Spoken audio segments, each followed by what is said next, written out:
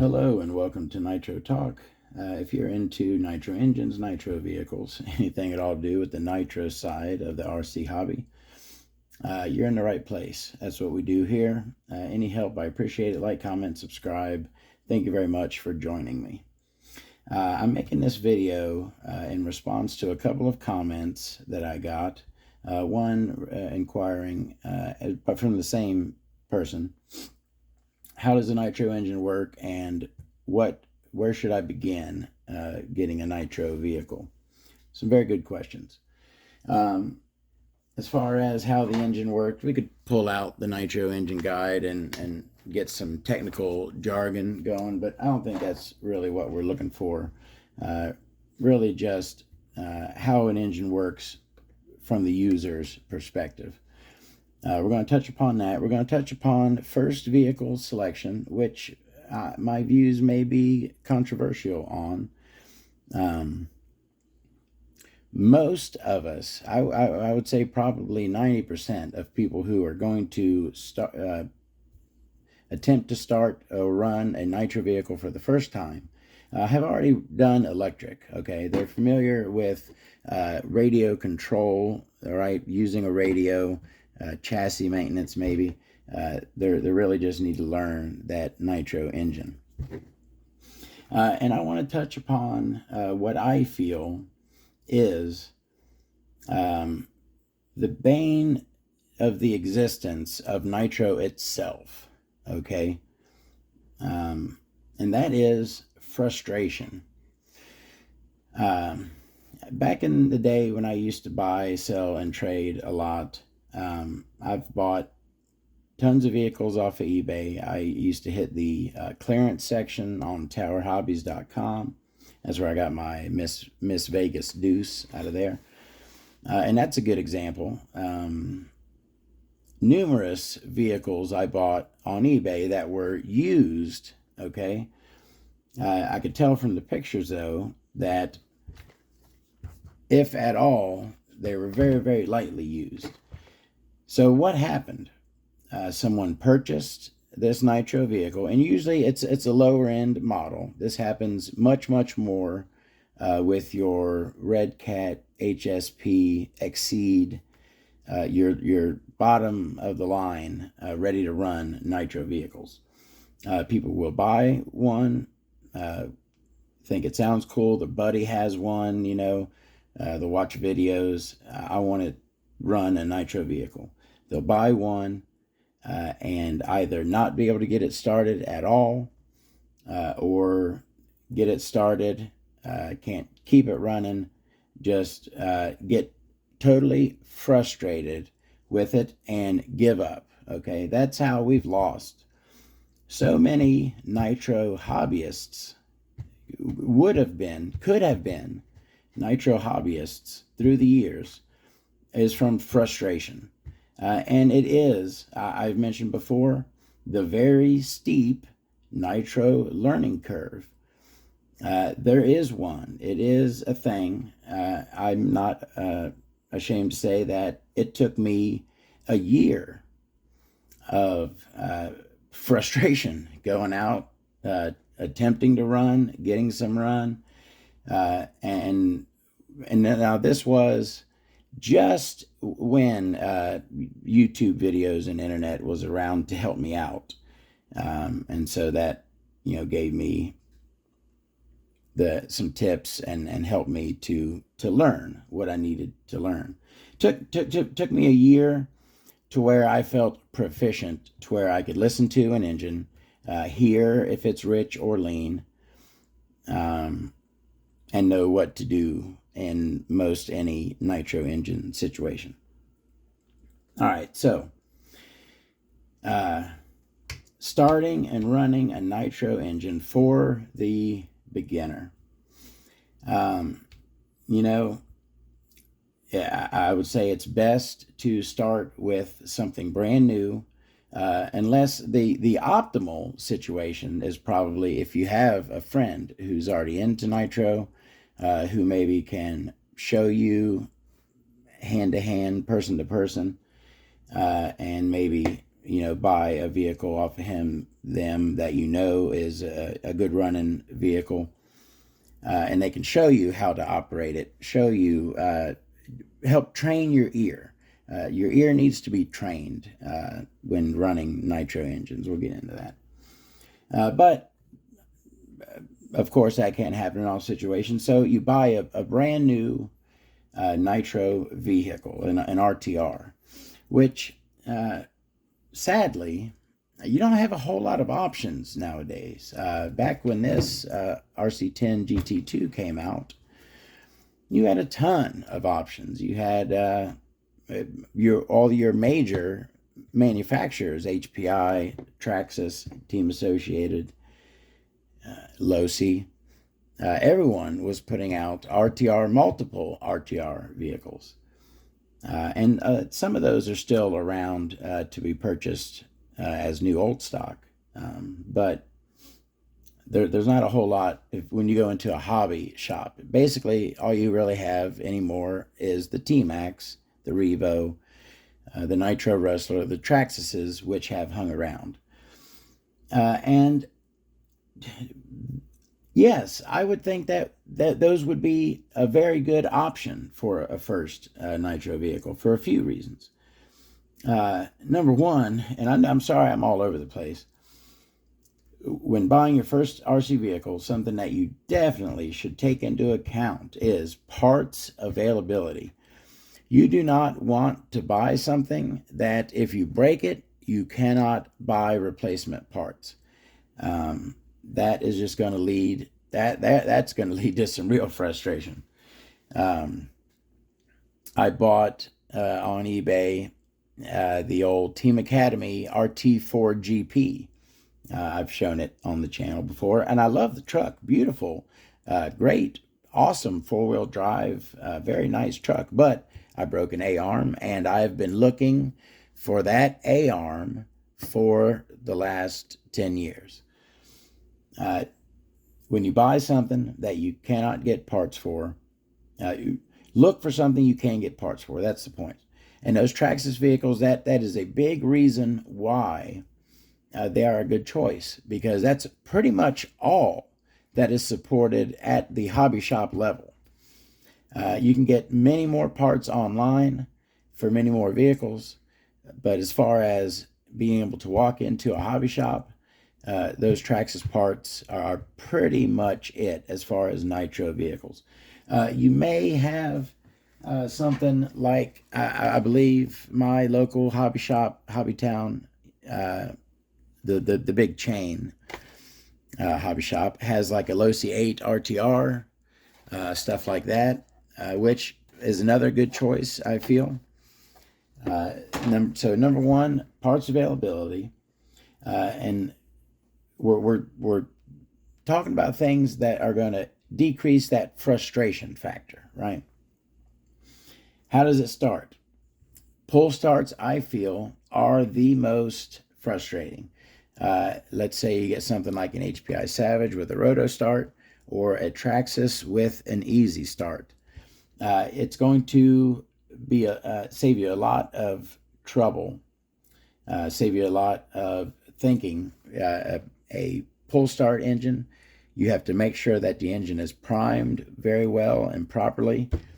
That Traxxas easy start, you hit that thing on there, and yeah, plugging the exhaust will make it go faster, but even without plugging the exhaust, it'll eventually get primed, and that thing will pop as long as it's tuned somewhat properly.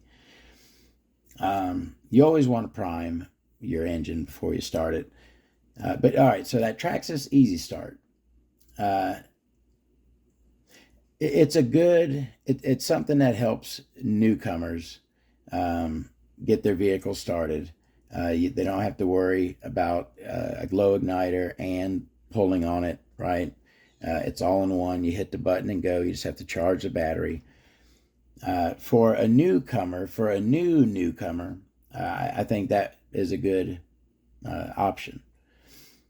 Now, what about someone who, let's say, is an older person, mid-30s, 40 something, who knows, who has been in the electric side of the hobby, maybe even raced electric, right? They're well versed on chassis and tire setup and all that, and are thinking about moving into Nitro.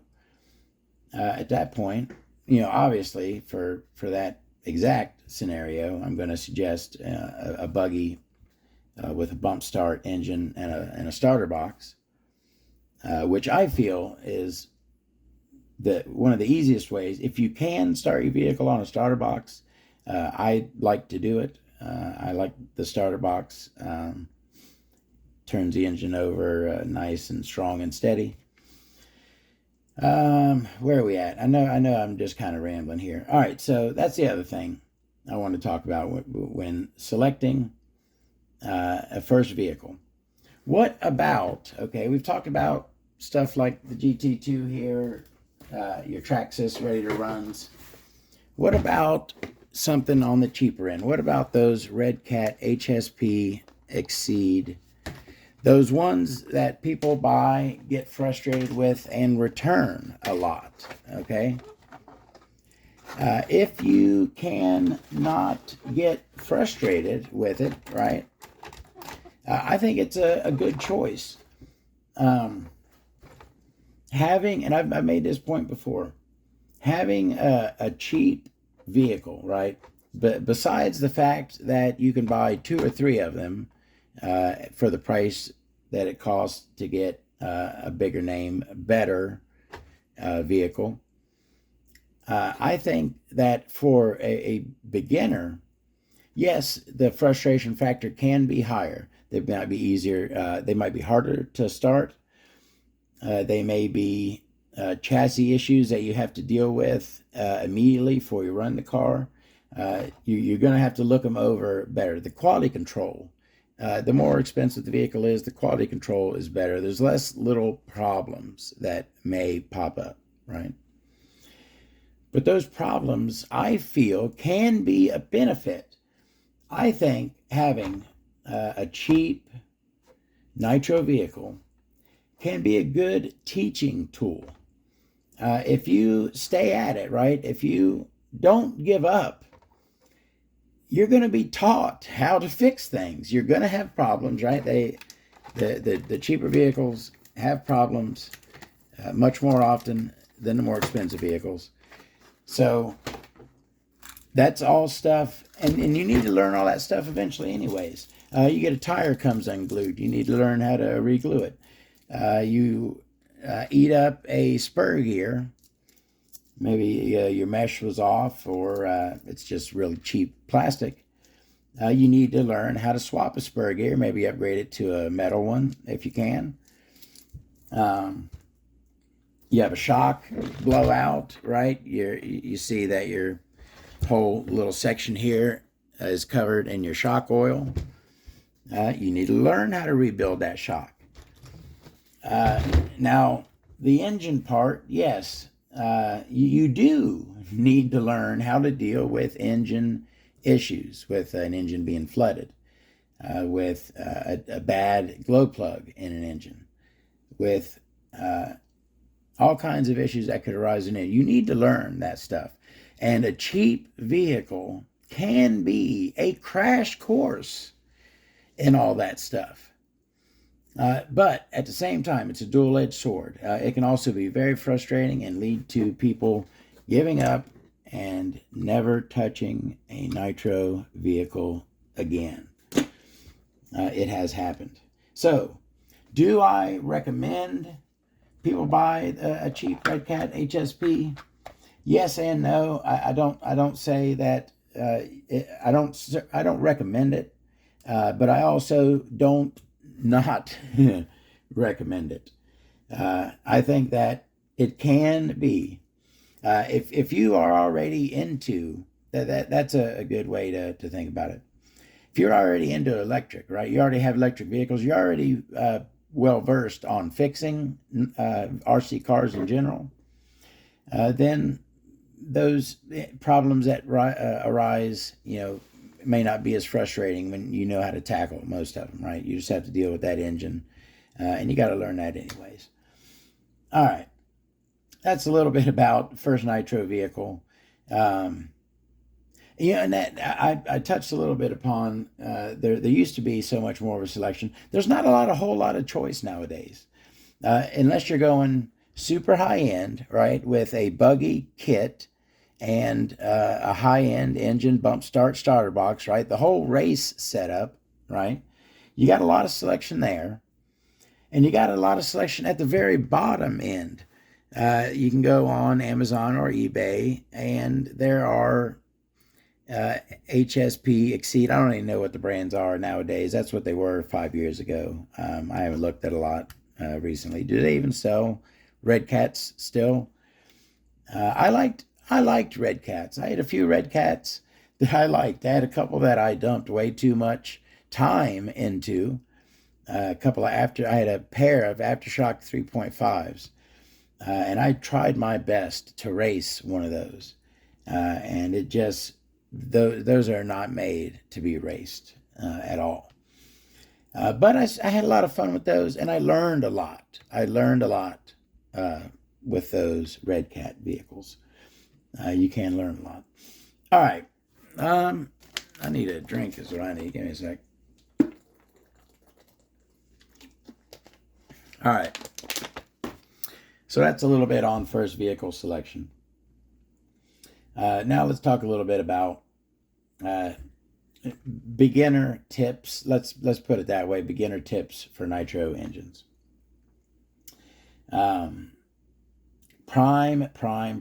I have said before that when I go to help someone at the track who has a nitro vehicle and can't get it running, one of the most common problems I see is an engine that's not properly primed. It is said that you want to prime it to see the fuel go through the fuel line and into the carburetor. And I think a lot of people stop there, and that's not really right. Once it gets to the carburetor, you need a couple seconds, 2, 3, 4 seconds after that for it to get into the carburetor, into the engine, and mixed around the engine. And that's a properly primed engine, is when the engine, the fuel is mixed around inside the engine, creating vapors. A clutch can help significantly with bottom end. Make a good clutch can make a crappy engine seem much better. It can improve any engine. A light clutch. I like a clutch with heavy springs, a high stall, right? That you have to get into the throttle a bit before it engages. A nice heavy clutch can improve the bottom end of your engine significantly. Tuning. Remember I talked about that ear. I think it's kind of intuitive that, higher pitched noises and lower pitched noises, you should associate higher pitched noises with leanness and lower pitched noises with richness. A rich engine at idle will be gurgly, low, or even when you're running it, it'll be making gurgly, rumbly, low end sounds. Whereas when an engine is lean, it'll be making high, whiny, screamy, high RPM sounds. Associate high RPM with lean and low RPM with rich. All right. I've rambled enough. Y'all have a great day. Keep the comments coming. I'll try to answer the next one better. And if you have another specific question, please feel free to ask. Thank you very much for watching, y'all. Have a great day.